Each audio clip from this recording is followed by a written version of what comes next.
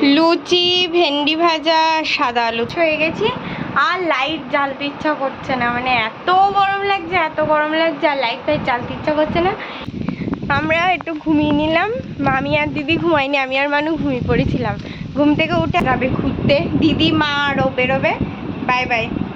আর মানু কিন্তু টোটোতে উঠে আমি সাইকেলে বাড়ি চলে আসলাম, চেঞ্জ করে নিলাম, হাত মুখ ধোয়া হয়ে গেছে বিছানা। আর এই একটা থালা 2টো স্পুন, তার কারণ আমরা এক থালাতেই খাবো। নাও কাক, আমার ঠান্ডা জল দাও। Hi guys, good morning, welcome back to my Bangla blog channel. I hope তোমাদের আজকে ব্লগটা দেখতে ভালো লাগবে। তো চলো আজকের ব্লগটা স্টার্ট করা যাক। আমি ব্রাশ করে বসেই ছিলাম, কিচ্ছু করতে ভালো লাগছে না, মানে ওয়েদারটা এত বেশি কি বলবো, মানে একদম যাচ্ছে তাই। বসেছিলাম, শুভ ফোন করলো, বললো বর্মা ডাকছে, মানে ওই বাড়ি থেকে ডাকছে। কালকে তো সারাদিন যাওয়ার টাইম পাইনি। দিদি রাত্রে ফোনও করেছিল, রাত্রে না সন্ধ্যাবেলা, বাট তাও যাইনি। তো আজকে সকাল সকাল ফোন চলে এসছে, যাই দেখি ঘুরে আসি। বাকি কোনো কাজই আপাতত করিনি, জাস্ট ব্রাশ করে বিছানাগুলো তুলেছি। তো এখন যাই কি ওই বাড়িতে ঘুরে আসি, তারপর দেখছি কি করা যায়। লুচি, ভেন্ডি ভাজা, সাদা আলুর তরকারি। এই দেখো চুমকুলি মণিমার জামা পরেছে, ভাল লাগছে। উঠে দাঁড়া, সুন্দর লাগছে, একদম নায়িকা লাগছে। আমরা বাদাম খেতে ওদিকে জামা কাপড়, তরকারি, সাবান, শ্যাম্পু সবকিছু নিয়ে আমরা যাচ্ছি এখন ওই বাড়ি। চলো। আর আপলোড হয়ে গেছে, গিয়ে তাই পাবলিশ করব। শ্যাম্পু ট্যাম্পু করে ফ্রেশ হয়ে গেছি, আর লাইট জ্বালতে ইচ্ছা করছে না, মানে এত গরম লাগছে আর লাইট জ্বালতে ইচ্ছা করছে না। এরমই করছি। আর কটা বাজে? 8:10। এবার ওই দিদি গেছিলো ছাদে জামা কাপড় তুলতে, ও এসছে, এবার করবো লাঞ্চ। আমরা একটু ঘুমিয়ে নিলাম, মামি আর দিদি ঘুমাইনি, আমি আর মানু ঘুমিয়ে পড়েছিলাম। ঘুম থেকে উঠে এখন বাড়ি যাচ্ছি। ও আর মা নাকি আজকে আবার বিকেলে বেরোবে, সেই জন্য জামা কাপড় নিয়ে একেবারে বাড়ি যাচ্ছি। গিয়ে রেডি হয়ে তারপর বেরোবে, আর আমি তো পড়াতে যাবো।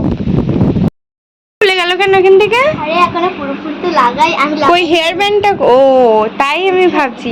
এদিকে রেডি হচ্ছে একজন, কারণ এনারা ঘুরতে বেরোবেন, তাই তো? হ্যাঁ। আমি রেডি হয়ে গেছি, কারণ আমি পড়াতে যাচ্ছি, ওনারা যাবে ঘুরতে। দিদি মা আরও বেরোবে। Bye bye. Ta ta. Bye bye. Bye bye. ও বাপরে, বাইকের র্যালি বেরিয়েছে। এই যে চুমকুলি কই? তিনি চাউ খাবে, তাই আমি থুবো থেকে চাউ নিয়ে এদিক দিয়ে আসছিলাম, হঠাৎ দেখি সামনে। হ্যাঁ কি ব্যাপার, একটু বেল টেল বাজালাম, একটা সেলফি তুলি। চ, আমি বাড়ি চলে এসেছি।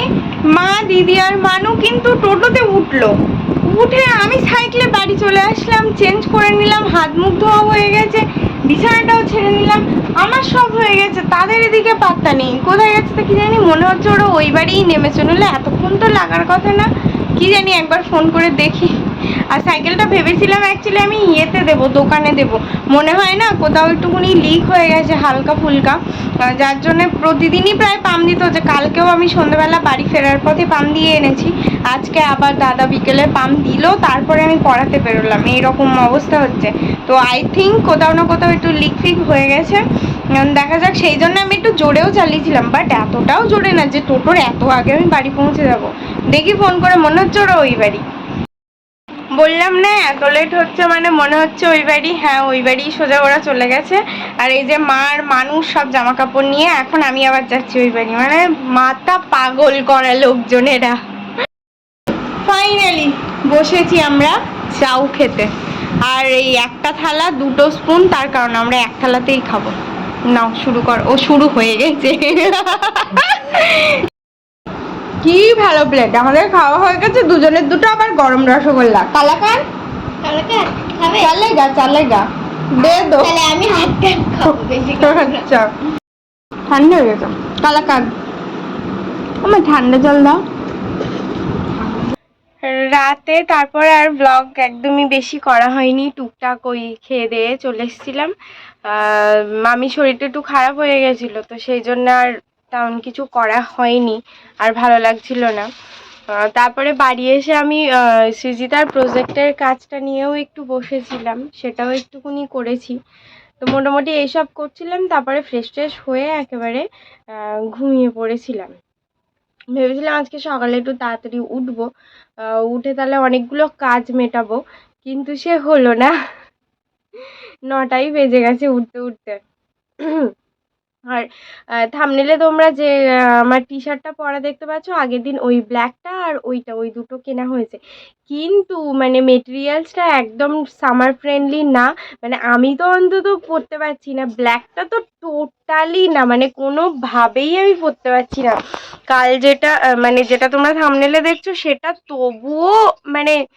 মানে কষ্ট করে তবুও গায়ে রাখতে পারছি বাট ব্ল্যাকটার তো কোনো চান্সই নেই আমি একদম পরতে পারবো না বাবানি পরে নেবে আর হচ্ছে যে কাফতানটাও কিনে এনেছিল সেটা তো দেখাবো করে দেখানোই হয়নি হোপফুলি তোমরা নেক্সট ব্লগে সেটা দেখতে পাবে ইচ্ছা আছে দেখানোর আমি সকালে উঠে জাস্ট ব্রাশ ফ্রাশ করে একটুকুনি লেমন জুস খেয়ে নিলাম তারপরে হচ্ছে এবার কি করব এবার এডিটটা করতে বসবো তারপরে দেখি যে মানে ব্লগের কিছুই নেই মাথা মুন্ডু তাই ভাবলাম অ্যাটলিস্ট এন্ডটা করে নিই আর কি বলার ছিল ও বাবান আসবে আজকে দুপুরবেলা কারণ হচ্ছে ওই টগরিদি মানে আমার ননদের বাড়িতে আজকে পুজো আছে তো যাব কি যাব না ঠিক ছিল না কারণ ওর পড়ানো ছিল অফিস ছিল তা বললো যে না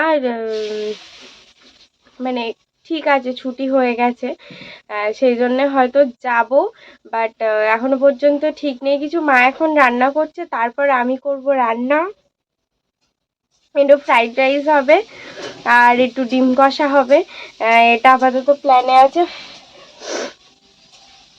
তো সেগুলোও করব আর হচ্ছে ও আসবে হয়তো দুপুরের দিকে প্রথমে বলছিল খাবো না তাই বললাম একটুকুনি খেয়ে নিও বললো ঠিক আছে এই মোটামুটি আপাতত কথাবার্তা হয়ে আছে এখন হচ্ছে ও আসুক আর তার মধ্যে আমার আজকে কাচাচ্ছিল অ্যাকচুয়ালি এই কদিন ধরে সমস্ত দুজনে পরেছি সব তো ভালো জামা কাপড় এবার ইজিটাও ফুরিয়ে গেছিল তো সেই জন্য হচ্ছে কি দিদা তো সেই জন্য হচ্ছে আর কাচা হয়নি বাবা ইজি এনে দিয়েছে কালকে ভেবেছিলাম আজকে কাচবো কিন্তু রান্নাঘরে ঢুকলে না সিরিয়াসলি কোনো কাজ হয় না জলের টাইমে সব কাজ সো আর হয় না ওরমভাবে তো থাক কালকে তো কালকে কাচতে আছে ও তাহলে কালকেই কেচে নেবো দেখি এই হচ্ছে আপাতত ব্যাপার এখন কি করব এখন হচ্ছে মার হয়ে গেলে তারপরে হচ্ছে রান্নাটা বসাবো তার আগে এডিটটা কমপ্লিট করে নিই well that's all for the day I hope তোমাদের আজকের ব্লগটা দেখতে ভালো লেগেছে যদি ভালো লেগে থাকে please do like share and subscribe the purple paradise আবার দেখা হবে কালকে with a brand new blog till then tata bye bye Changed for the better this time. I thought I would never be fine.